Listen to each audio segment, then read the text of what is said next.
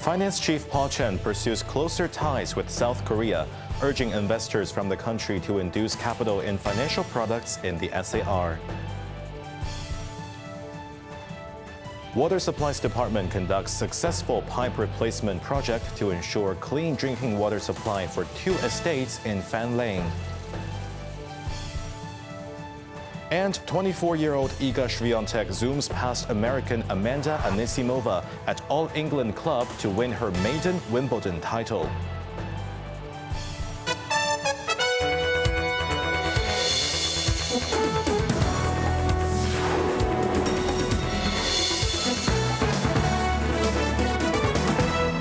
Good evening, you're watching Cable News. I'm Jeremy Ju. Financial Secretary Paul Chen has welcomed strong interest from South Korea's financial sector to invest in Hong Kong and mainland markets. Concluding his 3-day visit to South Korea, Chen noted that the East Asian country perceives Hong Kong differently, and their understanding of the SAR stems out from the current geopolitical tensions. Evelyn Bai reports. During his visit, Chen introduced Hong Kong's latest developments and opportunities to representatives from South Korea's financial, trade, business, and technology sectors. I hope I have been able to offer you a fresh perspective of Hong Kong, not just as a financial center or trade hub, but a dynamic, welcoming city filled with opportunity, energy, and creativity. Chen noted that in the first 5 months of the year, the volume of South Korean securities traded on Hong Kong exchanges and clearing exceeded $1.5 trillion, 2.8 times that of last year. South Korean investment banks have subscribed heavily to several initial public offerings in Hong Kong, he added. Technological breakthroughs on the mainland have prompted investors from Seoul to increase their asset allocation in the SAR and China markets. Despite South Korea's willingness to strengthen mutual cooperation, Chen noted that geopolitical issues have heightened concerns among investors, adding that competition between markets is inevitable and development often advances through competition. Through collaboration, we can foster mutual growth and progress, Chen emphasized. He also pointed out that the two regions can enhance financial connectivity through exchange-traded funds. Evelyn Bai, Cable News. After a brief suspension of water supply to replace the pipes yesterday, residents of Queen's Hill Estate and Shanghai Court in Fanling were delighted to see clear drinking water running from their taps. Last month, the Water Supplies Department had confirmed that black particles found in the freshwater supply at the 2 estates was bitumen, a substance used for waterproofing and as an adhesive. Evelyn Bai has more. Despite assurances from the Water Supplies Department that the black bitumen particles in the water were harmless, residents of the 2 estates were nervous about consuming the water. Chief Executive John Lee had ordered authorities to replace hundreds of meters of bitumen-lined pipes to help ensure water safety. This resident of Shanghai Court said he is reassured that the water is safe to drink now. He checked the water quality every day for any black particles. To expedite the pipe replacement processes, the Water Supplies Department conducted a big overnight pipe replacement project, which involved 200 workers. The Water Supplies Department had announced a temporary suspension of supply, affecting both estates starting 10 p.m. yesterday till 8 a.m. today. It also suggested that consumers first remove strainers of water taps and let the water run for a few minutes and reinstall the drainers after the water becomes clear. Water may appear milky or slightly turbid in the early stage of the water resumption, which is normal, the WSD reminded. Evelyn Bai, Cable News.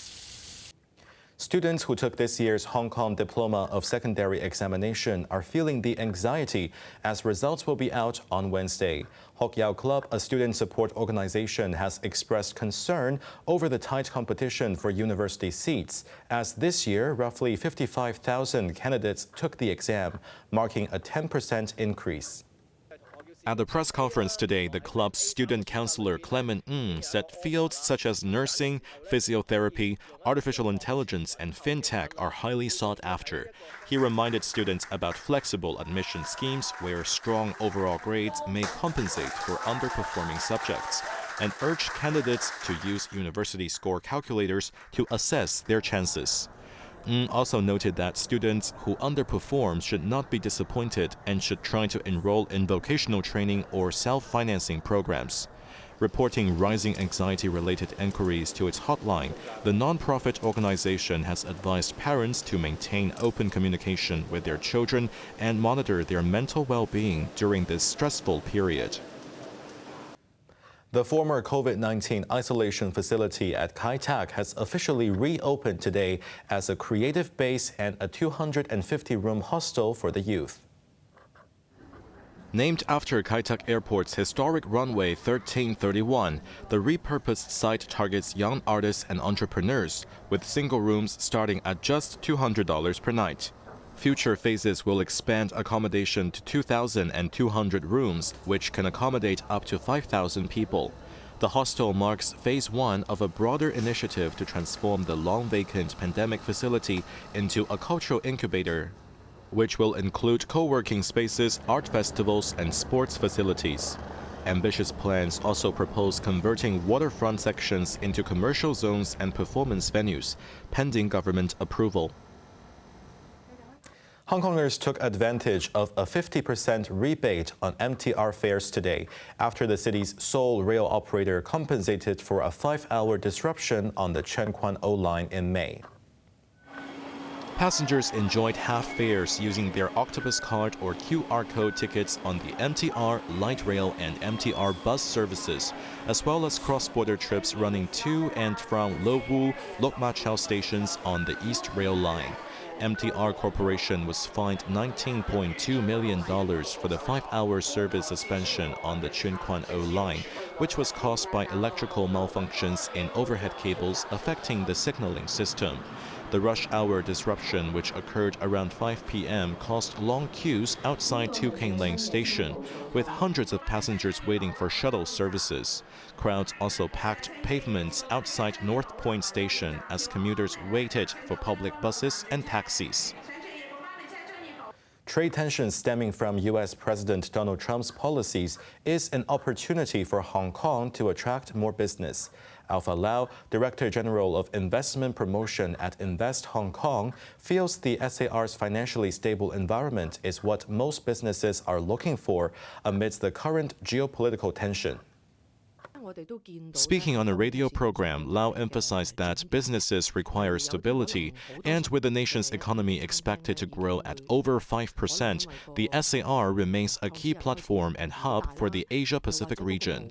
She stressed that the city is committed to maintaining its free trade port status, noting that many companies are reducing their reliance on U.S. trade and instead opting for long-term investments in Hong Kong.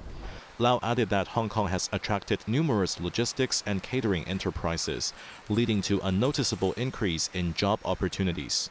Invest Hong Kong, which is the government's business arm, has helped mainland hospitality firms introduce unique cuisines to the SAR dining scene, including Sichuan and Shanxi cuisine. These businesses are eyeing future expansion across Southeast Asia through the SAR, Lau said. Undersecretary for Health Libby Lee will step down tomorrow before taking up her new role as Chief Executive of the Hospital Authority starting next month. Writing on social media, Lee reflected on her 3-year tenure, highlighting key achievements such as advancing primary health care, legislating advanced directives, and implementing tobacco control policies. Expressing gratitude to Chief Executive John Lee and Health Secretary Lo Chung Mao for their trust, Lee described her journey as one of blood, sweat, and tears. Looking ahead, she pledged to lead the hospital authority with a focus on efficiency, service excellence, and compassion, striving to build a healthcare system that is both high-performing and patient-oriented. U.S. President Donald Trump has threatened 30% tariff on imports from Mexico and the European Union starting next month, after weeks of negotiations failed to achieve a trade deal. Trump has warned even higher import taxes if either of America's trading partners decide to retaliate. Quentin Yang reports. Making the announcement through a letter sent to Ursula von der Leyen, President of the European Commission, and Mexican President Claudia Sheinbaum, Trump said he would hit back by adding another 30% if the EU and Mexico raised import duties. Justifying the threat against Mexico, Trump accused the country of failing to halt drug cartels, claiming they have turned North America into a narco-trafficking playground. Reacting to the bullying by its northern neighbor, Mexico's President Claudia Sheinbaum expressed confidence that both countries could achieve a deal, but there would be no negotiation on the sovereignty of her own country. Targeting the EU, Trump cited the bloc's unfair trade policies as the reason for the America's $235 billion trade deficit, with its largest transatlantic trading partner.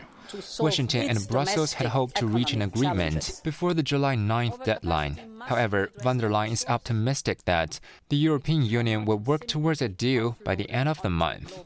Quentin Yang, Cable News. British police arrested more than 70 people across England for supporting a Palestine organization which has been banned under the country's anti-terrorism law. At least 41 supporters of Palestine Action were arrested in London and 16 others were detained in Manchester. The largest demonstration took place in London's Parliament Square around noon yesterday, where some held placards bearing the words, "I oppose genocide, I support Palestine Action."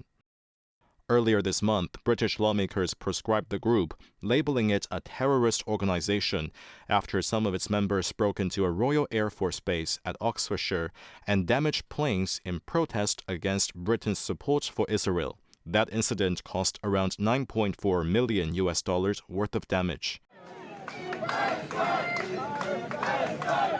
It was the second straight week protesters gathered to support the pro-Palestinian activist group. Membership or support for the group is punishable by up to 14 years in prison. Onto the weather now. Very hot during the day tomorrow with a maximum temperature of 33 degrees. There will be isolated showers with moderate southwesterly winds. Temperatures will rise further in the latter part of the week. Now let's take a look at the weather around the world.